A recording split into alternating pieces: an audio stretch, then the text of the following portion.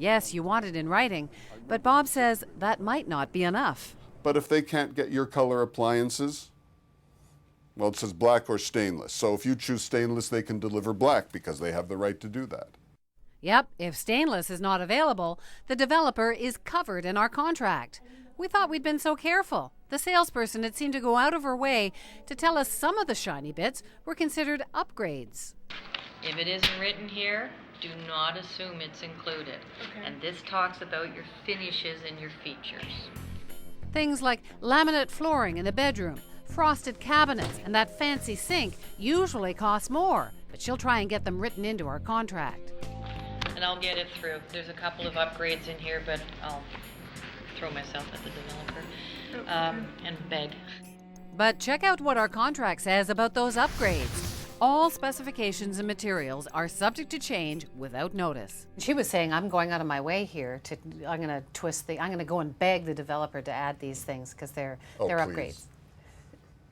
But she was being so helpful.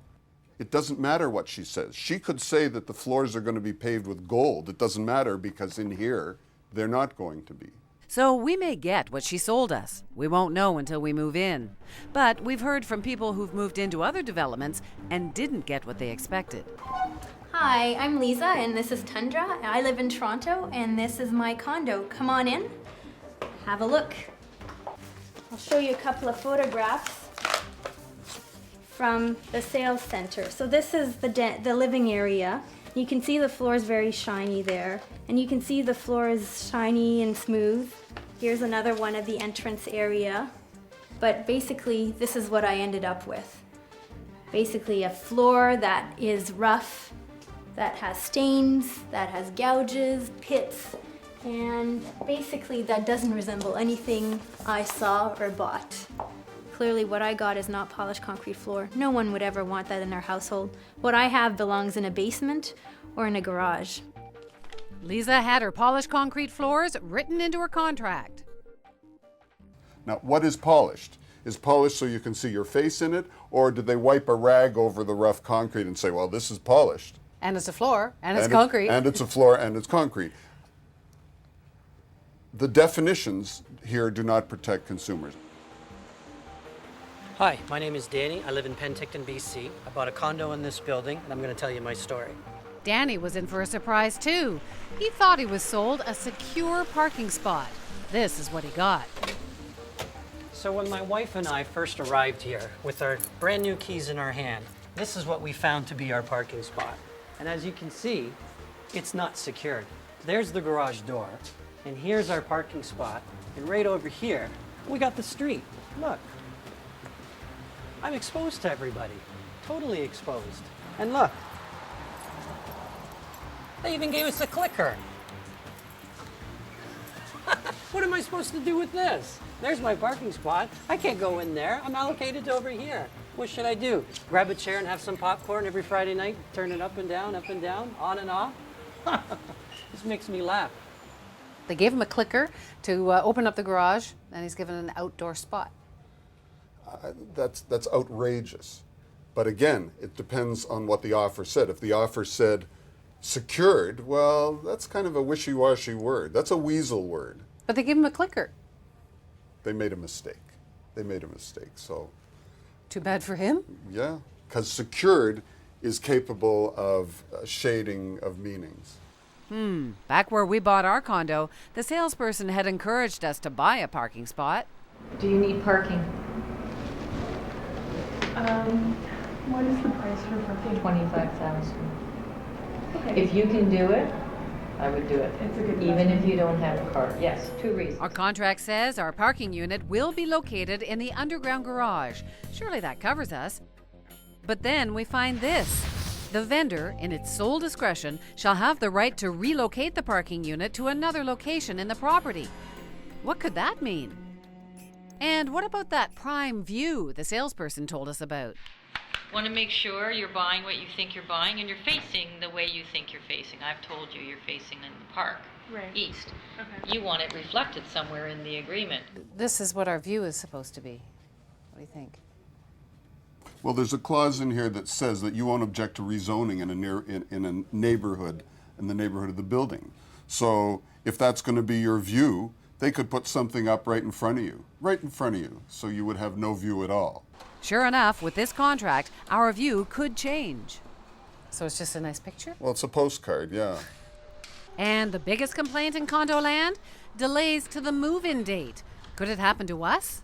We can move in April, the latest April 2010. Right. But there's a clause in the offer that says that move-in date can be extended for 2 years, and then the final closing and deed registration date can go another 2 years. Geez, but it could be worse. Listen to this. Hi, my name is Svel. I purchased a condo in downtown Toronto, and this is where it was supposed to be. As you can see, the door is closed, and the condo is not here. After putting down $28,000 and waiting a year and a half, Phil's informed the developers aren't going to build. This is the letter I got saying that the project had been canceled. And this is the only customer service or correspondence I got from them. I did get my money back, had to sign a waiver saying that I'm not going to hold them legally responsible. I did get 1.5% interest. Now the market has gone up 30 to 40%, and I have been priced out of the condo market in Toronto. My recourse, none. Bob's heard stories about other developments that have fallen through. It can happen. It does happen. One of the problems is that a builder can take a piece of land that he doesn't even own, set up a sales office and say, I'm going to build here. And if his cost calculations are wrong, or if he can't sell enough units, or if he oversells and the city says you can't put this many units on this piece of land, the builder will just say, okay, I'm out of here, I'm gone. Here's your money back. The consumer protection in this area across the country, and in particular in Ontario, is horrible. The stories are endless, but prices are rising as fast as our skylines, and there's no shortage of buyers. Look at that. Whoa, there's condos popping up everywhere. Look at them all. We go up for a bird's eye view of Condo Land Toronto. The building and the buying are not slowing down. Tons of dreams are being sold, but how many are really coming true? Along for the ride, we've got an inside player who says condo sales are all about selling the dream, even if they can't deliver it. The best advice I could give anyone contemplating a condo purchase is to believe absolutely nothing that you hear and half of what you see. Charles Haynes used to sell condos for the big developers. Now he's an agent for buyers like us, and he's going to tell us his secrets, how developers get you to throw caution to the wind and buy. You used to sell these things. I was called the king cobra of this industry. The king cobra. A snake. I could literally make you buy if you didn't want to. Are people just naive? Like, why does everyone fall into this? Good word. I'd have to tend toward that. I don't want to slam Joe Consumer because they really, the machine that's marketing to them is so huge and so well refined. I've been doing this 30 years. It hasn't changed. Every aspect of this business that works is used today. Charles takes us inside the marketing machine.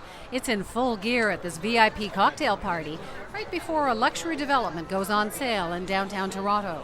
We were expecting at least 400 people. The bigger the buzz, the more people want in.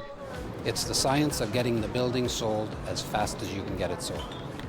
Raise a glass, raise the price. Our insider is one of the agents invited. This is a very high-end product. An 80-story building on the corner of Yonge and Bloor. There's only going to be one of them ever. It's kind of a pseudo event. They're bringing the realtors in to motivate them. They try to get the exact same philosophy as buyers. You jam as many in a tight quarter as you can to create this hysteria feel. Now everybody's going to run home with their plans and try to get their buyers at the first of the pack. It's not on the list. End of the line. Back up. Guys, move back. Move back. The hype is working. Out on the street, this lineup has been forming for a week.